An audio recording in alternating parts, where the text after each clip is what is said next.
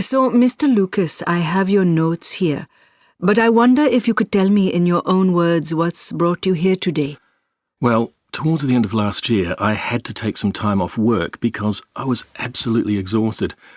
I didn't really know why. It was a level of tiredness I hadn't felt before. Then, one morning, I found I had slightly swollen legs. It was really alarming because it literally happened overnight. It wasn't like anything I'd experienced before. And it wasn't the only thing that was going on either. I had this strange tingling sensation in my wrist and some of my fingers, though, no actual pain. I see. And were there any other symptoms? Well, I used to love my food. In fact, one of my passions is cooking for friends and family. But I was suffering from a complete loss of appetite. I see. It wasn't like me at all. Generally, I didn't feel that well, and I wasn't in the mood for doing anything very much. Occasionally, I'd get short of breath, too.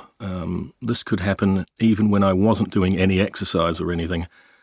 A few times, I thought I noticed an irregular heartbeat. I was very worried about that.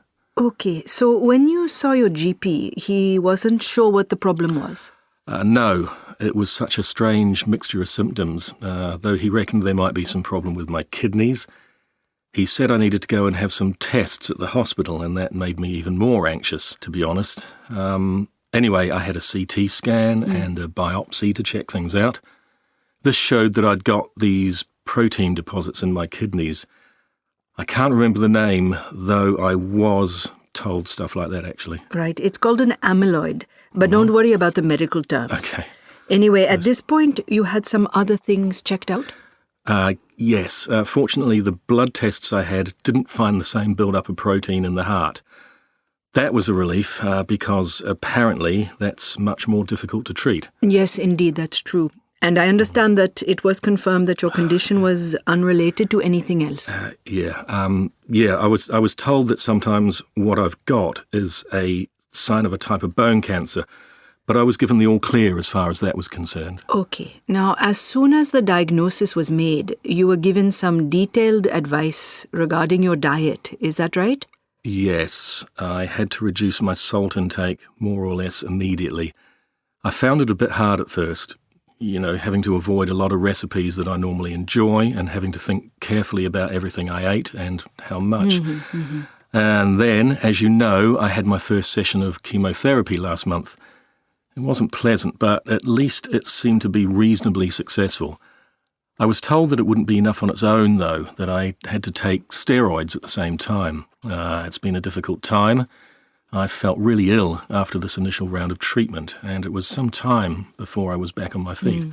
Well, I believe my colleague has discussed with you the fact that we need to run regular tests to check the levels of amyloid deposits in your kidneys. Yeah. The problem can recur, but hopefully it's under control at the moment. Oh, that's good news. I know there's probably no actual cure for this condition, but your colleague talked about maybe having a stem cell transplant in the future. He explained to me in detail the ins and outs of the treatment. I was relieved that no dialysis would be necessary. Fortunately, it seems the problem has been caught early enough to avoid that. No, you haven't had anything like complete kidney failure, though. We need to keep a careful eye on this. So what we need to talk about today, Mr. Lucas, is some further medication for you then.